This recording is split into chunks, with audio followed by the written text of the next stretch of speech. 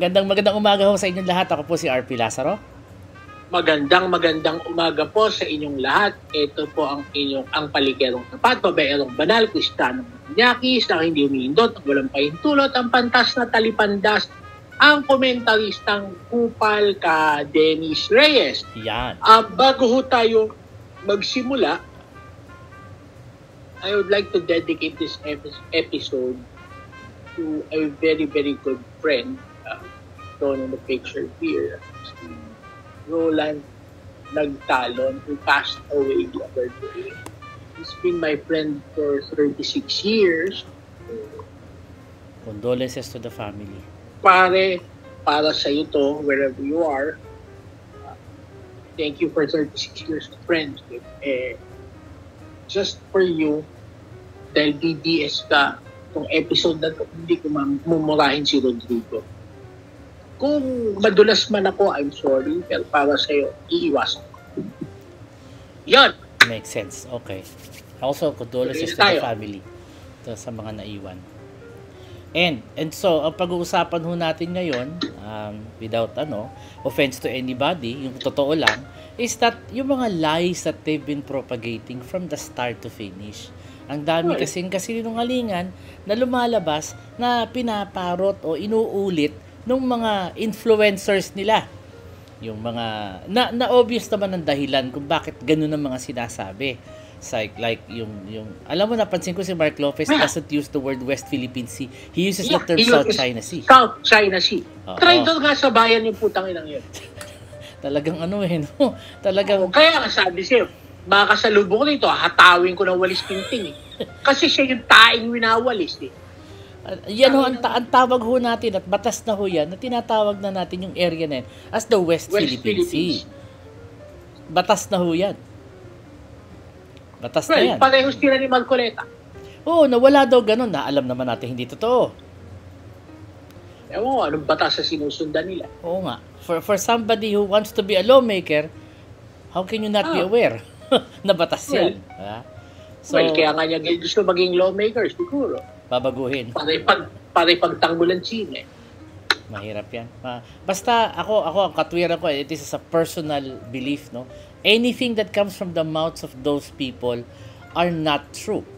Ako yun, Hindi ako naniniwala. I will take it with a kilo of salt. Not kilo of salt. Ako naniniwala. Well, kasi ganun naman talaga. Like, it was Joseph Goebbels who once said, a lie repeated often enough becomes the truth. And that's what they're trying to do. They're trying to make people think that what they're saying is true. Hindi kasi nasa balita How can you say? Madali kasing lokohin ng tao ngayon simply because, lalo na sa Pilipinas, it has to do with the educational setup we have. Ang education natin kasi tinanggal na ang values formation. Talaga? Parang meron Tignan mo ang curriculum ng kabataan. Since early 90s yan. 1992, I could actually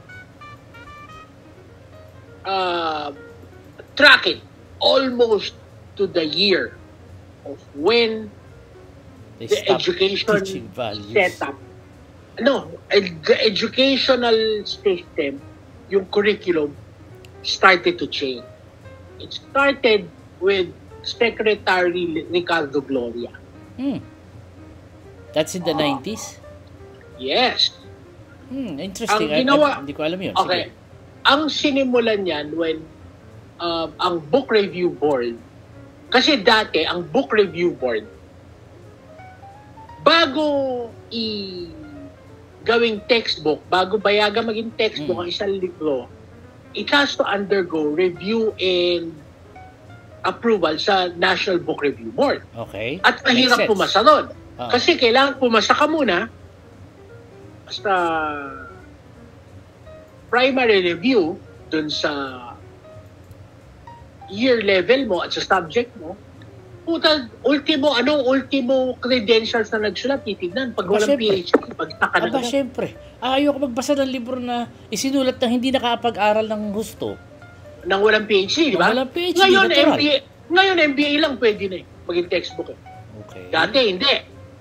Okay. Masters tapos, lang titignan. Pagka titignan yan as to content, syllabus, curriculum, pati proofreading, pati ultimo spelling. It will take about 2 years. Pag pumasa ka ron, saka ka lang isasubmit. Kung grade 1 yan, saka ka lang isasubmit sa board for elementary. Pag pumasa ka sa board for elementary, saka ka palang papasok sa board for National Book Review Board. So, 3 review. So, ang isang textbook, so that's the reason kung bakit the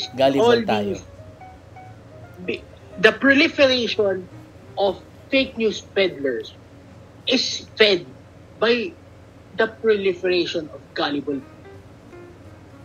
Kasi puro nga stupido eh. Kasi kung medyo matali-talino ka naman, kahit ano naman sabihin sa'yo, you know the difference between right and wrong eh. If somebody told you na pag hindi mo gusto yung teacher mo, saksakin mo, why would in God's name would you do that, di ba? Siyempre. Why? Di ba, sa atin, at least we were taught na how you feel for your teacher does not negate the value of the education that she is giving you. Diba? Kahit pinag-iinitan tayo ng teacher noon. Ako pala, madalas ako dahil may ADHD ako eh. Tapos traditional school ako, kaya karamihan ng teacher galit sa akin. Pero at least ako I understand. Kahit na hindi kami magkasundo ng teacher ko, mahalaga yung tinuturo niya. At teacher mo yan, you have to follow. Oo. Actually, panahon namin, pinapalo pa kami ng teacher noon. Ngayon, bawal na yan eh. Kahit na makulit ako at hindi ko naiintindihan bakit siya galit sa akin, ngayon ko lang naiintindihan na putang ina, sobra pala kulit ko. At least, alam ko na hindi ko dapat basusin yung teacher at mahalaga yung tinuturo niya, kailangan ko yun.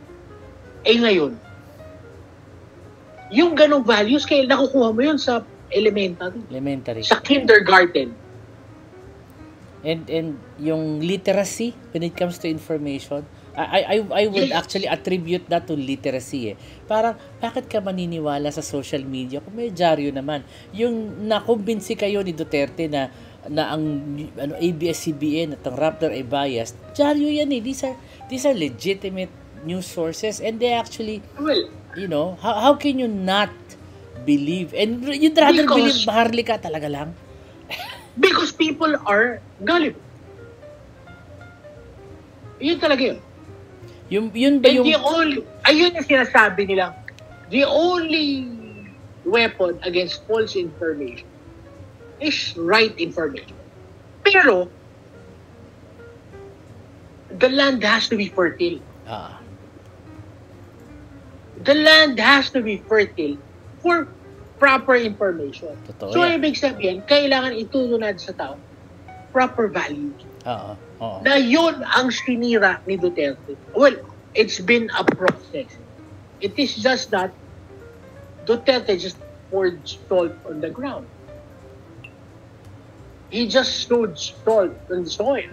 That's why when people like Harry Roque start saying na hindi nyo ako mapapauwi kasi ganito, ganyan. Actually, doesn't take too much, basic logic lang will tell you na, may kaso ka na dito eh. I actually ask someone. Pagka narinig ko si Roque, pinatutugtog ko lang mga kanta ni Gary Valenciano. Galit. Babalik ka rin. Uwi yan. Alam mo, I asked somebody in DFA and asked him, sabi ko, bakit hindi nyo pa kinakancel ang passport? Sabi niya, because the DFA cannot cancel his passport kung wala siyang kaso. Dapat kasuhan siya. Dapat korte pala ang umorder ng cancellation ng passport niya. Yes. Parang yun nangyari kay Tebes. Korte nag-order nun, di ba? Yeah. I-request mo yun. i-request, kakasuhan mo talaga. Kakasuhan mo talaga. Pero, how long can he stay there? Tsaka, teka muna, bakit siya nag-apply? May choice ng DFA not to renew a passport. Hindi ko alam yon. Kung ayaw nila i-renew, they cannot cancel it. Pero hindi ba karapatan ng bawat mamamayan ng pasaporte? Hindi. Like any ID, it is a privilege. But a passport is your national identity. It identifies you as a citizen of a country. No. Meron ka national ID. Ay, oo nga pala, no? May national ID pala tayo. Meron kang driver's license. So, a passport is not a right? No, it is not. You have the right to travel. Pero you do not have the right to claim identity. To claim a national ID. You do not have the right to be given a passport. Pwede mag-travel. Problema mo yan. Pwede ka naman wala ka pasaporte. Pwede ka lumabas sa bansa mo. Hindi ka pinagbabawalang lumabas sa bansa pag wala kang pasaporte. Paano ka sasakay ng aeroplano? Hindi ka lang tatanggapin. Bakit? Yung mga mangingisda ba? Pumapalaot yun ang international waters yun. Bawal ba sa kanila? Pero hindi sila sumasakay ng aeroplano, hindi sila umaalis. Nandyan lang din. Atin pa rin yun yung pinupuntahan kasi nila. Kasi aeroplano, hindi. Lumalabas sa international waters yun. Ang aeroplano lang, kailangan lumanding. Ang barko, hindi. So, hindi ka pinagbabawalang lumabas. Hindi ka lang tatanggapin ng ibang bansa. Diba? There's a difference. Yes, there is. Yeah. So, kung sumakay ako ng bangka, if I take a boat from Tawi-Tawi and go to Sabah, you're saying that's legal? No, it's illegal. Bakit? Ibang bansa na yung Sabah. Kaya nga. Pero kung doon ka lang, papalaot ka lang sa dagat, walang bawal doon. May qualification dapat. So it is not a right. Pero ang pagiging influencer, walang qualification kasi kahit na any Tom, Dick, and Harry can just get on the internet and start telling people that the West Philippine Sea does not exist. And that's the reason kung bakit ako against ako sa vlog. Kaya di ba, ang tagal mo akong kinubinsi gawin natin. Took a while. For the simple reason na I do not believe everybody has the right to share information. Bakit? Ang dami yan, puta-puto mga ano yun eh. They're very, very irresponsible. Oo, kaya if you notice, those who watch us, sa mga nanonood, every time may sinasabi si Ka Dennis, o meron kaming kiniklaim, naglalabas po kami ng we paste the article or yung mga conversations, kung meron ba kaming kiniklaim, pinipaste namin para mabasa ninyo. You can actually pause and watch it. Basahin nyo And not everything we know and we have a proof of, sinishare natin. Oo, pag hindi kami sigurado, hindi namin sinasabi. Hindi lang sa pag hindi tayo sigurado. Bakit? Yung mga chismis na nasagap natin, inilalabas ba natin? Ay, hindi lahat. Marami tayong hindi nilalabas. Marami kami lang nagkukwentuhan. Because it is irresponsible. Because it would change and it would affect society in such a way na posibleng magkagulo. Or it would show confusion. Yes. True. Diba? It will confuse audiences. And that is the reason why I am against vlogging. Because knowing the state of our educational system and the state of our people's mentality, very mature, very stupid, that they are not responsible enough. Oo, to discern which is true and which is not. Galit, di ba? Kaya nung last episode natin, galit na galit ako kay MC Ray. Para sabihin mo galit na galit ako kila Chrisette Chu. Bakit? Because they are very irresponsible. Akala nila ganun lang yun. Bakit? Porque nag-train sila mga putang ina nila sa China? Dahil mga tridol sila sa bayan? Ganun-ganun lang yun. Dahil kumikita sila dito. Hindi karapat, hindi ano yun, hindi dahilan yun para mag-share ka ng maling impormasyon just because somebody paid you to do so. And they do it in such a malicious way. It is. They twist information. Daling maniwala ng mga tao. Because people are stupid. Speaking of... And it is not their fault. It is the fault of our educational system. Because tinanggal nga yung values. Pero ako naman, for my part, I wouldn't point fingers kasi nandyan na yan eh. It is not pointing fingers. Okay? We have to trace where the problem stems and what we need to do to correct that problem. What we need really is to review the curriculum and the educational system that we have right now. I'm sure they've reviewed it several times, but no serious change has happened. Precisely because they have not asked the proper question. Ang lahat nakatingin, ang kakulangan natin is technical skill. No. Ang kakulangan natin is values formation. General education. Values and general education. Hinahabaan natin ang panahon ng mga bata sa eskwela nang hindi natin dinadagdagan yung mga nararapat na dagdagan. Kasi ganito ang technical education makukuha mo sa college. Kaya nga later na yung ginagawa Ang values formation at ang general education hindi. Formative years mo. Nasa formative years. Kailangan lakasan natin ang values formation at ang general education para pagtungtong nila sa specialization, they have enough knowledge and enough values to choose on their own. Their own path. Yeah, I would agree. Yeah. Diba? And they are given enough preparation. Enough knowledge, enough values to make these choices properly in the proper context. Because nobody can make choices for you. Only you can make choices for yourself. And mali-mali ang choices mo, everything goes down the drain. Wala na, toilet na. Kaya bakit ang dami nating kabataan nagsisisi sa kinuha nilang course? Papasok ng college, hindi nila alam kung ito ba talaga kailangan lang kunin, ito ba talaga gusto nilang kunin. Because they were not, hindi sila mulat ng sapat. Daming kukuha ng courses, sasabihin niya, ay magtutourism ako kasi gusto ko maging flight attendant. Maging turista. Diba? Maging flight attendant kasi lumilipad libre. Parang ang babaw ng dahilan. And a lot of kids are just, okay lang if you're kids. When you get to be older, medyo for the same reason, medyo mapapaano ka parang, ano ba inisip ng taon to? Tapos sasabihin, kailangan ng values formation natututunan sa bahay.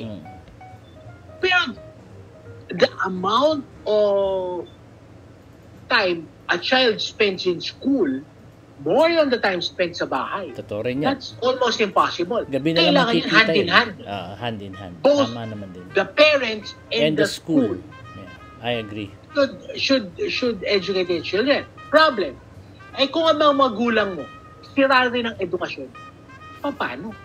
Ano din ang ituturo nila? Hindi vicious cycle, paulit-ulit, every generation, the same, naniniwala sa fake news ang nanay at tatay, di malayang maniniwala din sa fake news. Maniniwala din sa fake news ang mga anak. Yeah. Sabi ng nanay ko ganun Yeah. And I've seen this in so many people I know, Why? And why? Because of values formation. The parents do not know how to value truth. And do not know how to determine which is true, which is not. Precisely. If they value truth, then they know how to ferret out the truth. Totoo yan. Basic definition lang huli mo na dapat.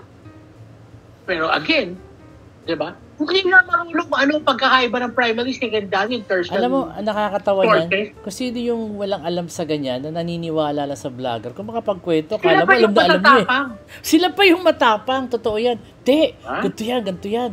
Alam mo, yung si First Lady, adik yan. Saan napulot yun?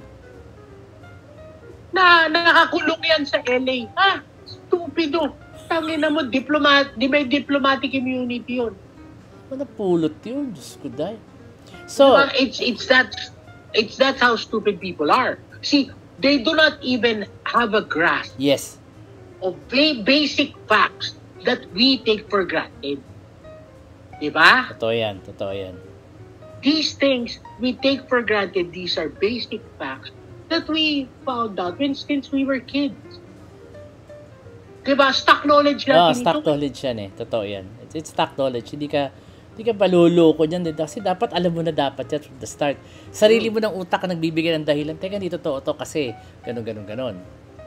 Yes. Teka and muna. That is where the whole educational system is broken down. Kaya ako sa akin, yung mga vloggers na kakasuhan, stopgap measure lang yan. Kulang. At the end of the day, for me, it is a symptom of a much deeper problem. Which is also I wanted to point out, no. Sabi ng nasa balita ng Philippine Star midnight kanina, kasi 25 na ngayon, na ang Pilipinas daw ay humihingi ng tulong muli sa Interpol to track down the Filipinos spreading fake news from abroad. Sila Sasot, sila Maharli, kasi ba nasa abroad? Ang dami niyan eh. Na tapang-tapang nila magbigay ng kung ano-ano. And, while libel daw, ito sabi ng DOJ, no? While libel is not a crime in the US, inciting to sedition is punishable in both countries. Yes. Sabi mo nga sa atin, Kadinis, tasa na inciting to sedition dun. Okay, ganito kasi yan. Kung extradition, excuse me, basic requirement ng extradition is parity. Parity of crimes. Ibig sabihin, kung pa-filean mo yung kaso, yung taong nasa ibang bansa, kailangan yung kasong ipa-file mo sa kanya, krimen din doon. Libel is not a crime in the US. Oo, sa atin lang. Okay? Criminal, anong libel dito eh? Ang crime doon, pareho tayo is inciting sedition. So yun ang ikakaso sa kanya. And pasok yun. Because she's not only spreading lies, pero she is in fact inciting, she's parroting trying to incite the military. You're talking about Maharlika, diba? To attempt a coup. Magkagulo. So inciting sedition yun. Ang isa pa magandang good news lang is yung mga victims ng EJK, magsasampa na rin ng kaso against them sa mga vloggers. Wow! Yes!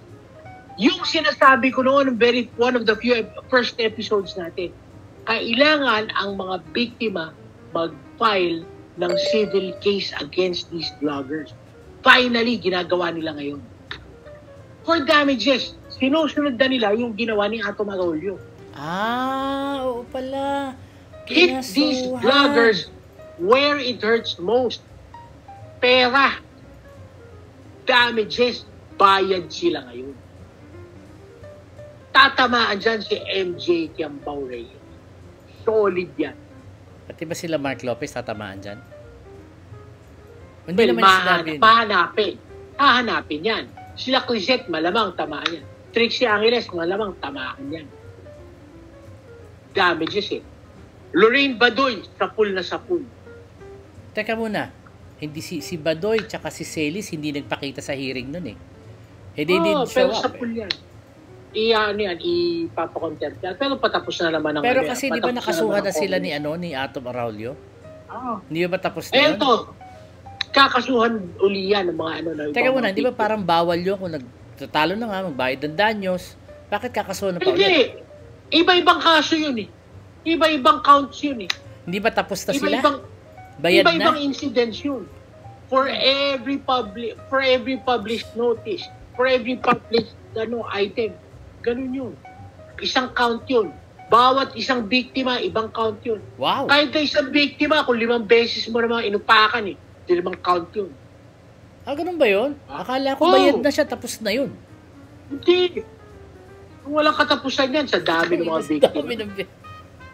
Tangin na ngayon, mamumulubi yan. Ika nga mauubos ang pinagputahan. Ano ba yan?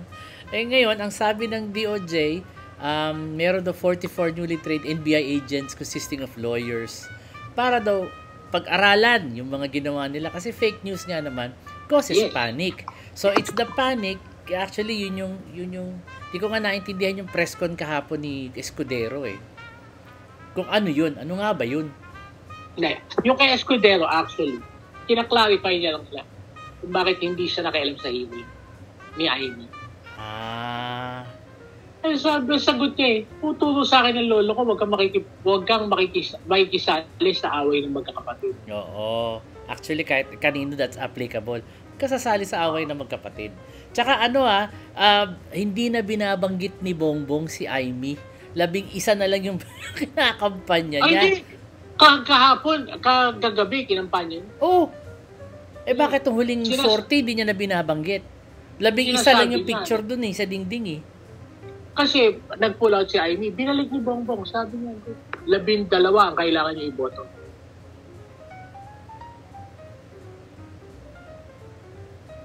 Kasama si Amy.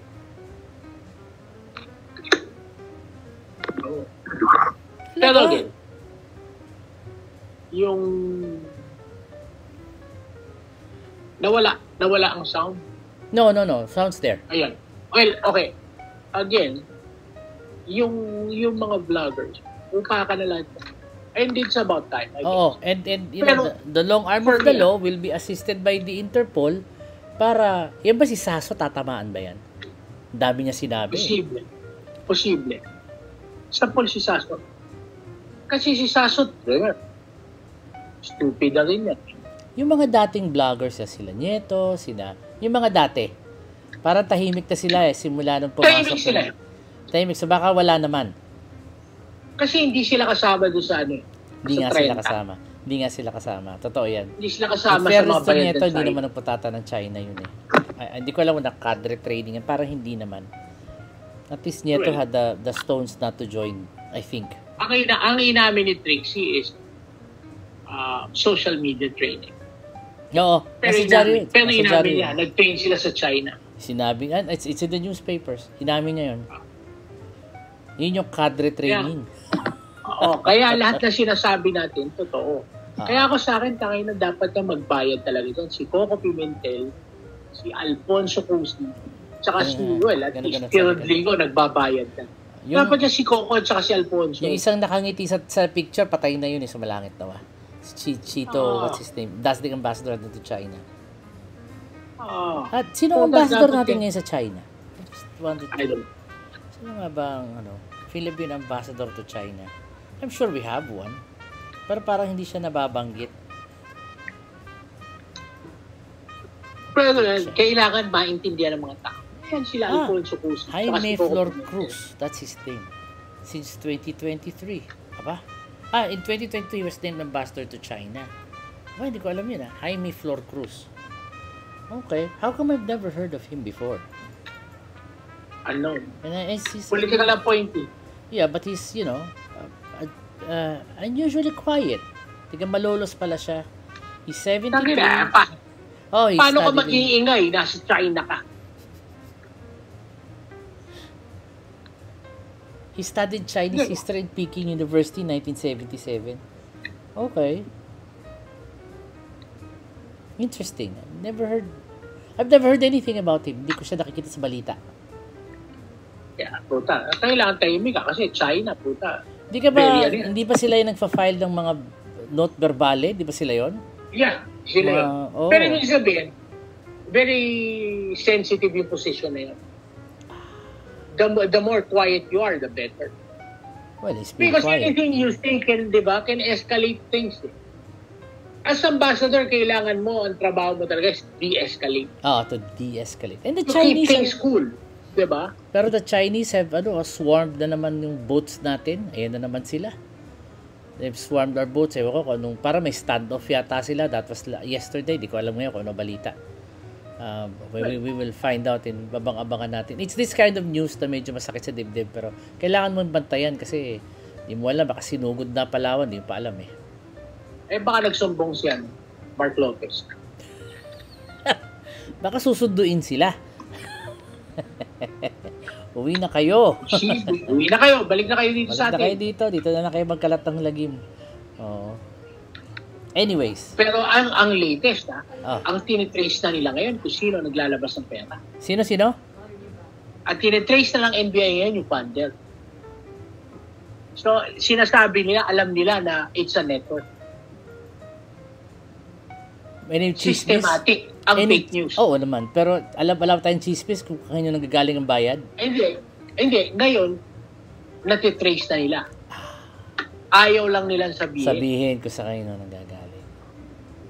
Yeah, it is a network. Obviously, yung fake news na yan, yung propaganda network na yan, it's very well organized to be just somebody's idea eh. Oh. Organisado.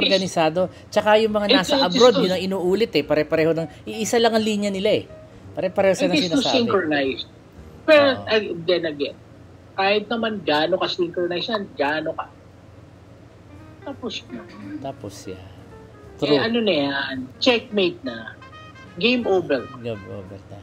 Kunin nyo na lang, mag-ipon na lang kayo, tapos pag, go darkly into the night and disappear. Kaysa makulong pa. Kaya yung mga yan, nag-iipon na lang yan ng panggasto. Kasi patapos. Kasi abogado. Di ba? Mga 2 buwan na lang yan, tapos napula na yan. Oo. Talagang gumawa din ng paraan ng gobyerno. Patayin ng fake news. Pinag-aralan nila. Very surgical. I have to hand it to this administration. They did something that no one else did. Bagay, dapat lang. Nasa kanila lahat ng resources eh. Pero talagang pinaghirapan. Tsaka talagang very surgical ang trabaho nila. Tama before the elections. Timing. Yung yabang ni Maharlika na hindi siya mapapauwi. Yeah. Hindi ka nga mapapauwi. Posible. Kasuhan ka. Pero yung gastos mo sa legal fee. Saan yan sila kakasuhan? Sa US? Kung ano si Maharlika? Saan mo kakasuhan niya? Sa US yan? Sa US. Oh. Saan siya makukulong if ever? Sa US din? Hindi. Kasi ang kaso kanya extradition dito. So that's what he'd be fighting for. Na wag siya ma-extradite. Pagka ganun extradition, puta, yan? Federal court yan. Mahal ang abogado sa federal court. Wow. Hindi yan circuit judge, hindi yan district judge. Hindi yan hindi RTC. Oo. Ang federal practice, mahal. Pag sinabing federal, ano ibig sabihin nun? The whole country? Oo. Hindi sa state lang, hindi lang doon sa lugar niya. Hindi. Tangina pa. Ubus ang pera niya. Mahal ang abogado. Ubus ang pera niya. Ubus ang pera. Kaya sabi ko siya, kahit na puta hindi mapauwi yan, maubos lang ang pinagputahan nila, bawi na tayo. Oo. Ilang taon nilang pinakinabangan dyan. Baka hindi naman naghanap buhay yan. Nagkalat ng balitang mali eh. Yun lang hanap buhay nila eh. Oo, Maharlika, ubos ang pera mo. Yan, si MJ Reyes, pag kinasuhan niyan, yung negosyo niya, lulubmo. Tsaka identified na sila ngayon eh. They're well identified. Si Crescent Chu. Magpapaano ka uli? Magka-crowdfunding, GoFundMe. Oo, magpapa-fund me ka uli. For my legal fees. They're well identified eh. So, I think with that hearing, nabasag sila. Ang reputasyon nila. Ang alam mo, for me, ang kulang sa congressional hearing, dapat pinaamin nila yung Pagka nagpupunta kayo abroad, nagsasalita kayo, sino nagbabayad ng plane ticket? Sino nagbabayad ng hotel? Diba? Pag pinagsasalita kayo, may bayad pa. Wala. Ano natatanggap niyo? Oo. Why in God's kahit na in kind. Kahit na in kind, wala. Libre kain, wala. Meron Ibig yan. sabihin, pati hotel mo, pati pagkain mo, sagot mo. Oo, Aeroplano mo, sagot mo. Anong magawa ng ganyan? Diba? Aamin yan. O ano pa natatanggap mo? Yun lang po, pag yun na-realize ng mga OFW na hinutsutan lang sila. Yun ang dapat inilabas ng congressional hearing. Mga ganong tanong. Well, aabangan natin ang susunod na kabanata dyan. Saka yung mga go. Naabangan ko yan kasi timing talaga, elections eh. So, talagang primed na pinagplanuhan, pinag-aralan. Wala ka rin masasabi. They're doing their job. Oh. Finally, somebody's doing something about these people. Finally. Pero again, para sa akin, it has to be long. We have to educate our people. Oo. We have to make people understand the value of sabi mo nga kanina, you don't like the vloggers, but then maybe this is also the avenue para tulungan silang matutunan ng katotohanan. Little by little, one person at a time. Look, whatever we say right now is kung pupunta doon, it's like casting pearls to swine. Hindi naman siguro. Ang pinakamahalaga sa atin is makapag-appeal tayo sa education sector, sa lawmakers, doon sa merong kakayahan baguhin yung system. The system of education has to change. Well, ako naman, we really need to value, we really need to put a premium on values, morals, and general education. Ako, I believe that there are some people out there na who might be listening to us, baka maka-trigger ng something sa isip niya. I'm hoping for that one or two persons na baka lang mag-isip na, baka nga hindi totoo, ganun. Alam mo, ang nakakaintindi sa atin, yung katulad nating alam na ang problema. Oo. So, we're not really changing anyone's mind.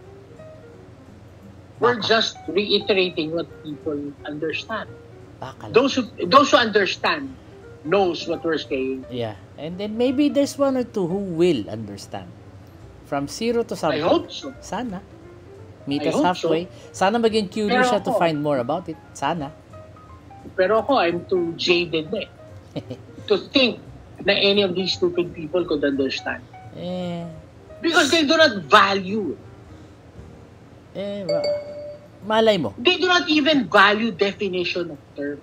Oh, nga pala. Wait a minute. I remember. Why is Mocha not part of this, Tsaka si Banat B. Tumahimik na si Mocha nung nagbago na yung Kelvin. Si Banat Bay, nag-concentrate na lang. Actually, si Banat Bay kasi nag-scope.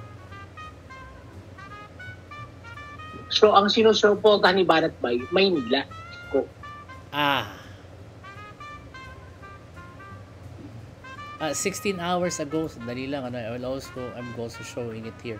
16 hours ago, well, that was yesterday ng hapon, naglabas ng balita na the NBI is probing 20 individuals accused of spreading false information online as part of an organized campaign. Actually, I think yun ang operative word, organized campaign. So, ayan ang pag-uusapan nila. So, kumikilos. Hindi naman sila, they're not resting on anything. They're doing their jobs. So, sige lang. We'll see. Tsaka si Mocha, di ba nanahimik nung nagkaanak? Talaga? Yun ang hindi ko alam. Nagkaanak. Di ba chismis? Ayun ang hindi ko alam. Hindi ko kasi masyado binabantay yung chismis na yun. Sino tatay? Ayun, chismis na. Boy Sili. Si Boy Sili daw. Sino si Boy Sili? Hindi. Bakit? Yun daw yung chismis. Chismis na yan, chismis na yan. Chismis na yan. Yun ang chismis. Pero si Mocha, nung nabuntis, tumayo. Doon siya nagsimulang mawala. Nagbago yung kasi di ba, nung nabuntis siya, hanggang sa nagkaanak, syempre, buntis ka, hindi ka makalabas. Oo. Nagkaanak ka, nag-aalaga ka ng bata, hindi ka makalabas. Probably after that, nawalan ng gana. Nawala na rin yung kanyang 2 million, 5 million followers. It turns out, bots. 2 to 3 million votes. Diba? Okay, so that being said, sige, tingnan natin. And, medyo natapos yung oras natin dito, no? So, we will publish this within the day. So, salamat po ng marami sa pakikinig ulit. Ako po si RP Lazaro. Ako po si Ka Dennis Reyes, ang komentaristang kupal, nagpapasalamat, nagpapaalam, babalos.